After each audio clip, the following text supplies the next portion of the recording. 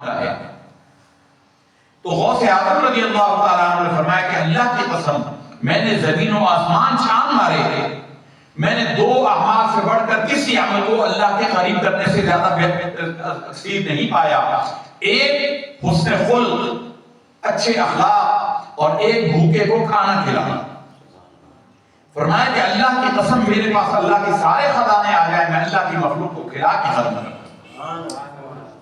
حضرت خواجہ ابوالحسن خلقانی رحمۃ اللہ تعالیٰ علیہ باقی ہندوستانی کے سلسلے کے شیخ ہیں اور محمود غزنوی کے شیخ ہیں۔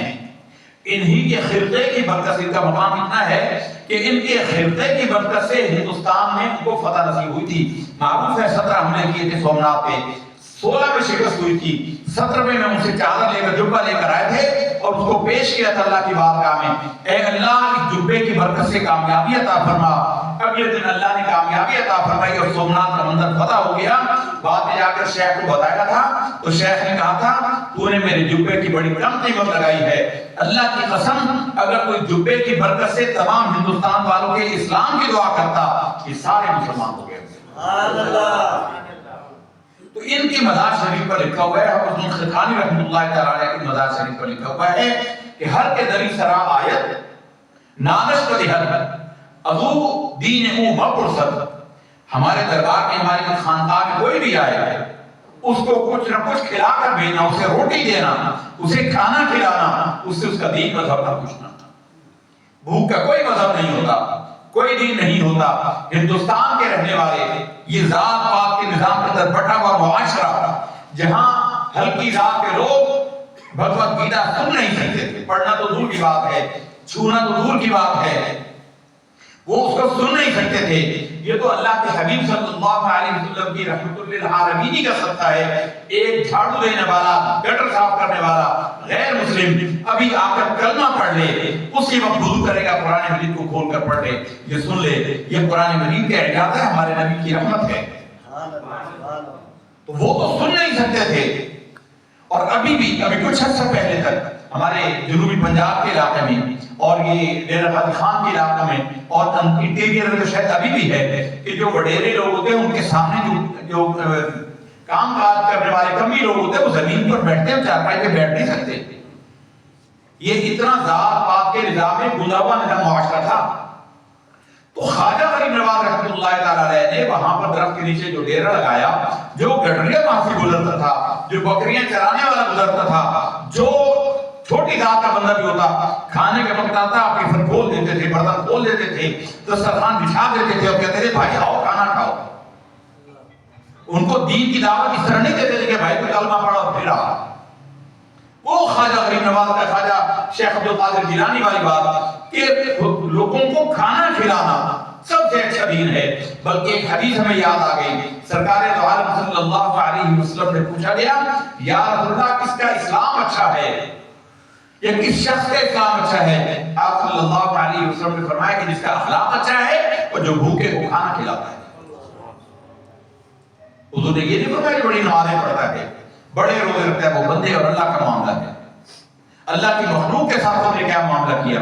تو خواجہ غریب نواز ان کے گزرنے والوں کو وہاں بٹھا دیتے اور ان کو اپنے ساتھ کھانا کھلاتے تھے۔ وہ جا کر بتاتے یار وہ ایک نیا دین والا پہ آیا ہے، ہمیں تو کوئی ہمارے ساتھ قریب بیٹھنے نہیں دیتا، اگر ہم بھگوت گیتا کے کوئی شلوک سن لیں ہمارے کام میں سیسا پگھلا کے ڈال دیا جاتا ہے، ہمیں زندہ جلا دیا جاتا ہے۔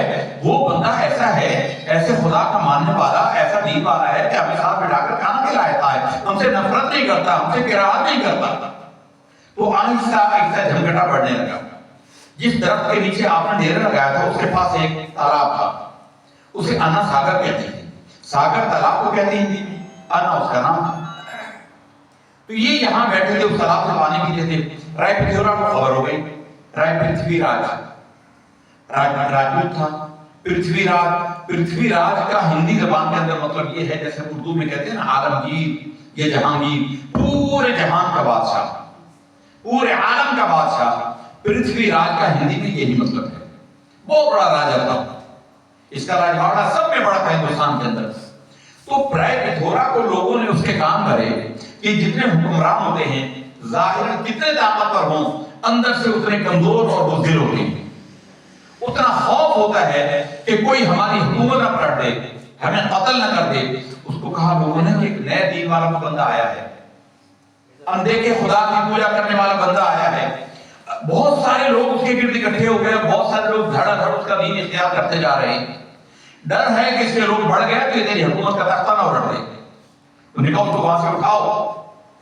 تو اس کے سپاہی آئے، انہوں نے کہا کہ بزرگوں یہاں سے بھاگو، یہاں سے اٹھو، راجہ کا حکم آ گیا، یہاں آپ نہیں رہ سکتے، یہاں راجہ کے اونٹ بیٹھتے ہیں، اس درخت کے سائے کے نیچے راجہ کے اونٹ بیٹھتے ہیں۔ آپ نے فرمایا بہت اتنی جگہ ہے، کہیں اور بٹھا دو، فقیر جہاں بیٹھا ہے تمہارا کیا لیتا ہے؟ کہا کہ نہیں، بس راجہ کا حکم آ گیا۔ تو آپ نے فرمایا کہ اچھا مجھے اجازت ہو، تو یہاں انہوں نے کہا کہ یہاں راجہ اونٹ بیٹھے ہیں۔ انہوں نے کہا اچھا بٹھا لو بھائی، اونٹ بیٹھے گا تو اونٹ ہی بیٹھے رہیں گے، مجھے ایک پیالہ پانی بھرنے دو۔ انہوں نے کہا بھر لیجیے نا ساگر سے، ایک پیالہ پانی کتنا ہوگا؟ خواجہ غریب نواز رحمۃ اللہ تعالی نے ایک پیالہ جو انا ساگر سے بھرا، ایک پیالے کے اندر سارا تالاب کا پانی سمو دیا، پورے تالاب کا پانی اس کے اندر بھر دیا، تالاب خشک ہو گیا۔ آپ گئے شام کو، جب وہ اونٹ وہاں سے اٹھانے لگے، اونٹوں نے اٹھنے سے انکار کر دیا۔ اب وہ بھاگے بابا کے پاس، رائے پنڈورا کے پاس، اور کہا کہ حضرت وہ درویش کو آپ کے کہنے پر اٹھایا تھا، اس نے جا کے یہ کہا تھا کہ اونٹ بیٹھے تو بیٹھے ہی رہیں گے، اب اونٹ اٹھنے کا نام ہی نہیں لیتے۔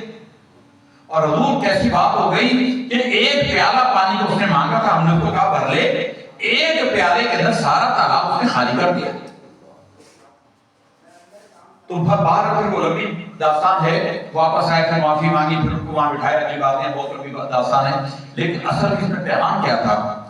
خواجہ غریب نواز رحمۃ اللہ تعالی علیہ نے اس پیالے کے اندر پانی بھر کے دنیا کو یہ پیغام دیا تھا کہ لوگوں، میں حسین کی اولاد ہوں، میرا بابا حسین، میں ان کی کتنی نسلوں کے بعد کا بیٹا ہوں، اگر میرے اندر اللہ نے یہ طاقت دی ہے کہ میں پیالے میں پورے تالاب کو خالی کر دوں، اگر میرے بابا چاہتے تو کیا فرات کو چھل کر ان کے منہ تک نہ آ جاتا؟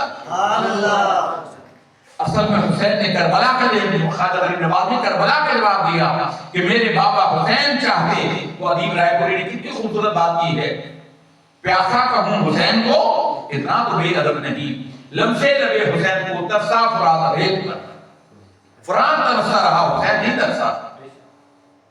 میاں محمد بخش رحمۃ اللہ علیہ خواجہ صاحب راجہ صاحب کے علاقے کے کھڑی شریف کے بہت بڑے، ہمارے ان کو رومی ہند کہتے ہیں، وہ کربلا والوں کی شان میں کہتے ہیں طاقت ہوندیاں زور نہ لایا، طاقت تھی طاقت ہوندیاں زور نہ لایا، بیٹھے من رضائی اللہ کی رضا کو مان بیٹھے، کربل دیول پیاسے چلے دین دنیا کے سائیں، دین اور دنیا کے جو بادشاہ تھے کربل کی طرف پیاسے چلے گئے۔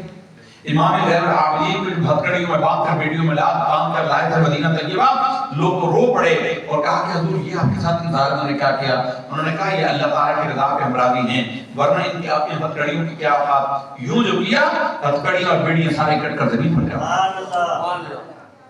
تو یہ یقین، یہ خواجہ غریب نواز یقین کی بات کر رہے تھے۔ رائے پنڈورا نے جب دیکھا کہ ان کے مریدین بڑھتے جا رہے ہیں، ارادت مند بڑھتے جا رہے ہیں، تو اس نے ایک شخص کو اجرت پر مقرر کیا، اس کے ساتھ اجرت طے کی کہ ان کو قتل کرا، آدھے پیسے دے دیے اور آدھے پیسے ان کو کہا کہ قتل کر کے آئے گا تو تجھے دیں گے۔ اب ہم بات یقین پر لا رہے ہیں، یقین ہم نے کہا کہ ہم کہتے ہیں کہ ہمارا یقین ہے کہ جو رات قبر کی ہے وہ باہر نہیں، اور جو باہر کی ہے وہ قبر میں جا نہیں سکتی، ہم سب کا دعویٰ ہے، لیکن حفاظت کے اتنے انتظام کرتے ہیں، کہیں اندیشہ ہو تو وہاں جاتے نہیں، زبان سے یہ کہتے ہیں، پھر وہ تعبیریں کرتے ہیں کہ یہ جان بچانا بھی تو فرض ہے نہیں، جو اب خود کو گولی کے آگے، گاڑی کے آگے تو بندہ نہیں کھڑا کر دیتا، یہ ہے یہ وہ، بھئی جو رات قبر کی ہے وہ قبر کی ہے، وہ باہر رہ نہیں سکتی، اور جو باہر کی ہے وہ قبر میں آ نہیں سکتی۔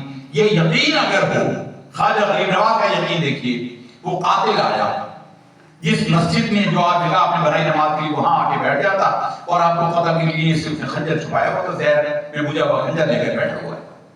خواجہ غریب نواز رحمۃ اللہ تعالی علیہ کے گرد مریدین کا ہجوم رہتا تھا، ایک نماز سے لے کر دوسری نماز تک، دوسری سے تیسری نماز تک، اور عشاء کے بعد آپ اپنے حجرے میں چلے جاتے تھے، تو موقع نہیں ملتا تھا۔ کئی دن گزر گئے، جب کئی دن گزر گئے تو ایک دن خواجہ غریب نواز رحمۃ اللہ تعالی علیہ پر رحم آ گیا، پیار آ گیا۔ آپ نے مریدین کو ظہر کی نماز کے بعد کہا کہ تم چلے جاؤ، مجھے اس نوجوان سے کام ہے۔ نوجوان نے دل میں سوچا کہ آج موقع بن رہا ہے، سب کو ہٹا دیا، مجھے روک دیا۔ تو خواجہ کو جب لوگ چلے گئے، خواجہ غریب نواز نے اسے اپنے قریب بلایا اور اسے کہا کہ بھائی جس کام آیا ہے وہ کام کر لے، جس کام آیا ہے وہ کام کر لے۔ وہ چونک گیا، نے کہا کہ میں کس کام آیا ہوں؟ انہوں نے کہا یار تجھے جو کہہ رہا ہوں موقع دے دیا، لوگوں کو بھیج دیا، تو جس کام آیا ہے وہ کام نپٹا اور چلا جا۔ حضور میں کس کام آیا ہوں؟ انہوں نے کہا جس کام میں تو اجرت پکڑ کر آیا ہے، پیسے لے کر آیا ہے، آدھے پیسے، باقی بس تجھے جا کر ملنے، مجھے مار کے خنجر پہلو میں تیرے پاس ہے، نکال مجھے گھونپ دے اور چلا جا قتل کر کے، اور اپنی ماں کی اجرت لے لے۔ اس کے ہاتھ کب کبانے لگے، قدموں پر گرا اور کلمہ پڑھا، اشہد ان لا الہ الا اللہ و اشہد ان محمد رسول اللہ۔ سبحان اللہ۔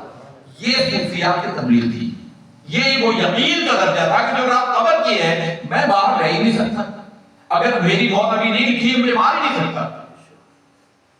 لیکن یہ یقین اگر کسی کو حاصل ہو جائے گی، جو ہم نے آپ کے سامنے سورۃ تلاوت کی، اللہ نے اسی کا بیان کیا ہے۔ یقین کے صوفیاء کہتے ہیں یقین کے 3 درجے ہوتے ہیں، یقین کے 3 سٹیپ ہوتے ہیں۔